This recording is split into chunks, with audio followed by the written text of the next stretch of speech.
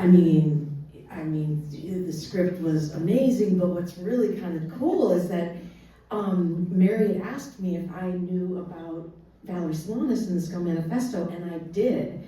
And not many people did know about her. And I was in City Lights bookstore while I was filming Dogfight, and oh, thank you. And I saw this woman's picture, and it was like, I just stopped in my tracks, and I just, who the heck is that looking at me? And it was Valerie Solanas on the cover of the Scum Manifesto. And I was just like, what is this? And I got it, so it sort of felt like kismet for Mary and I. Yeah. Which is funny because I had discovered Lili after a friend told me to watch Dogfight. And it's when I saw Dogfight, I thought, oh, well, and I didn't look at anyone else after that. Which is wild, which says a lot about Mary's ability to imagine it, you know, because that character is so different than Valerie. Yeah. But it was so great to come to Mary and collaborate. Like, she had boxes of research material, to know that not many people knew about this woman, so we had some freedom. And to work on it together, we collaborated. It was one of my favorite experiences ever. Right. It was like a year, really, that that's one of the advantages of a low-budget film taking so long to finance. You have some time, yeah. Yeah. Nancy Soroka says, the one thing you have in a low-budget film is time.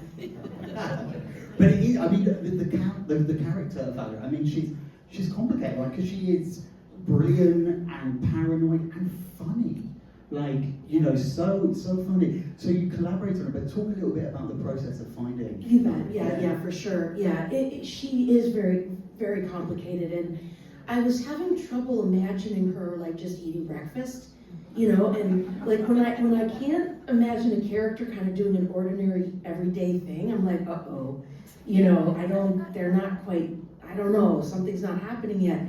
And then it was the night before shooting, something came to me with her, oh yeah, ooh. Little yawn there. I get it, Do you need coffee? And thank you, by the way, for all being here on a nice summer hot night. I appreciate this a lot. Coming out to the theater, it's great. Her sense of humor. To remember that her sense of humor was so important, and that kind of was one of the keys in to her. And then this other thing, a clear vision in a crippled psyche, that helped me a lot. That sort of became a linchpin, or like an umbrella idea that held kind of all of her contradictions. Yeah, and when you start, the script was already there, I take it. How collaborative was that kind of process with the script and you finding? Well, actually, I think when Lili signed on, I only had a 40-page treatment. Oh wow. And then wrote the script. And then but I feel like there was a year where we were like, we lived on the same street, actually, McDougal Street in the village. I would come visit Lili, and I'd bring some material each time. Yeah. And we'd talk about this, and then she'd absorb that, and then she'd be marking up the script in a very unique way that she has, where she tracks different things. And it was just these conversations. It was, and I was looking, when I sat in on the screening, like the walk that you developed, and I can't remember when you developed that walk, which is so great. It's slightly kind of like Urchin silent movie, when you're going round and around the block, and stuff like that. I can't even remember how that happened, but it's so right, Yeah. Yeah, in a way, it's like, it came out of her. Because if I tried to put a walk onto a character, I would fail miserably.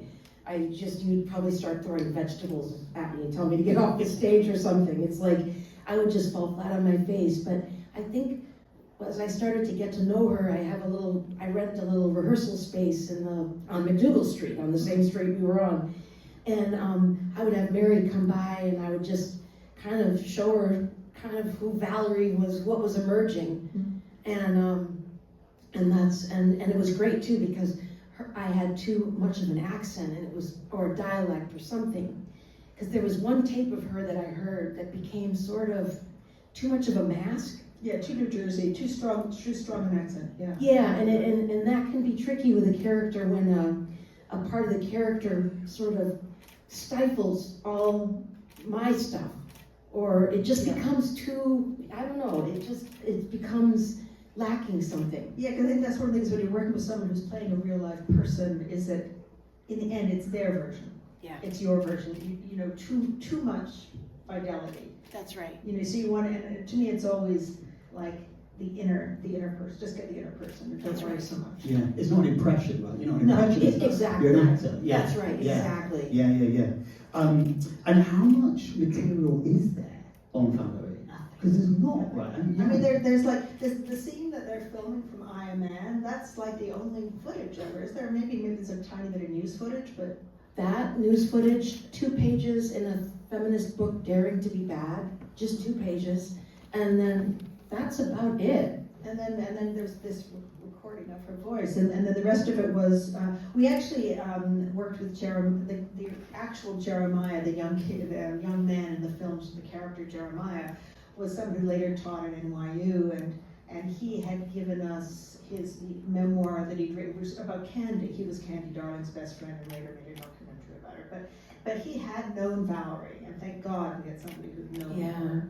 You know, and Vivian Gornick. I don't know if you met her, but I went to talk to Vivian. There were people who had known her, but there was it just showed how uninterested people were in her. Yeah. There's billions of stuff on every other member of the factory, Wow. but not Valerie. Yeah.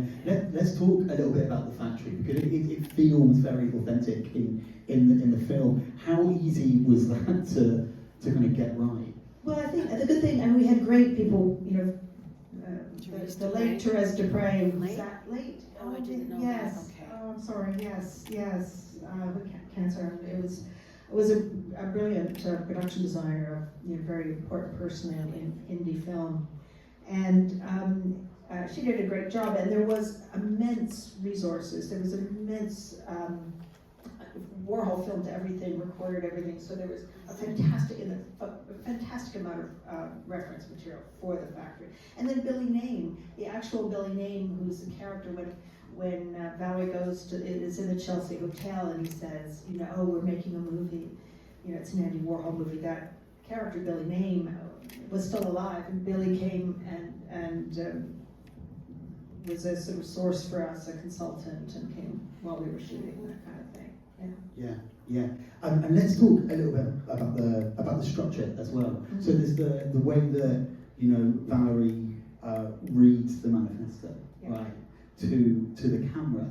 I think is really quite beautiful. Kind of helps move the film. What was the thinking? Well, the visual is based on the Warhol screen tests that we also have, and then my thinking was that I always feel that a writer's or any artist's artistic personality and character is different and better than their real life person, the messy real life person. And then the best of Valerie, I mean, we talked about this quite a bit. The best of Valerie was in her writing, her really like sharp intellect, her clarity, her cuttiness. And then I had this idea that it was like in the afterlife, like Valerie was was very calm, like she was in limbo, or she was in the afterlife, and she was very calm, and she was speaking to us, without all the pain of her real life. And then you would just get this clarity and this forcefulness. Yeah. So it's 30 years. 30 years, oh my God, Yeah. I wonder, how does it kind of feel watching this film or sitting with it 30 years later for both of you, really? Mary for you, but also, Lili for you playing. I'm so, when we made it, because it was my first film, I don't know if I had I didn't know how it would go. I just wanted it. I remember that when the film came out at Sundance, and there was a review in the Hollywood Reporter that was just terrible, was just slamming the film. Oh dear. And that's fine. And I saw it, and I picked it up and I was reading, and they said, oh, Christina Penn, they were hiding that from you. And I was like, I thought they would all be like that. I just thought, because there was a lot of resistance to making the film, so I thought, okay, well, a lot of people will hate this. So, I just didn't know what would happen. I just had this drive to make it. And then 30 years later, it's been kind of received more warmly, like the controversy died away in a way. And so that's very, all you want is to make something that lasts, 20, 30 years. Yeah, and I guess that controversy came from humanising Valerie, right? Which was to do with your performance. Yeah, how does it feel looking back now? Well, I feel like it stands the test of time. I feel like Mary made a great film, and I'm so glad it's being recognized, and it should be. And not all my films, hold up. You know what I mean? Some are like, woo, okay, but you don't have to see that again, Love your honesty there. That's good. Well, some things are meant for a moment. That's right. That's a nice way of putting it. That's right. But this one held up, and I wasn't surprised. And I love it. I mean, this, as I said, was one of my favorite experiences for a lot of reasons.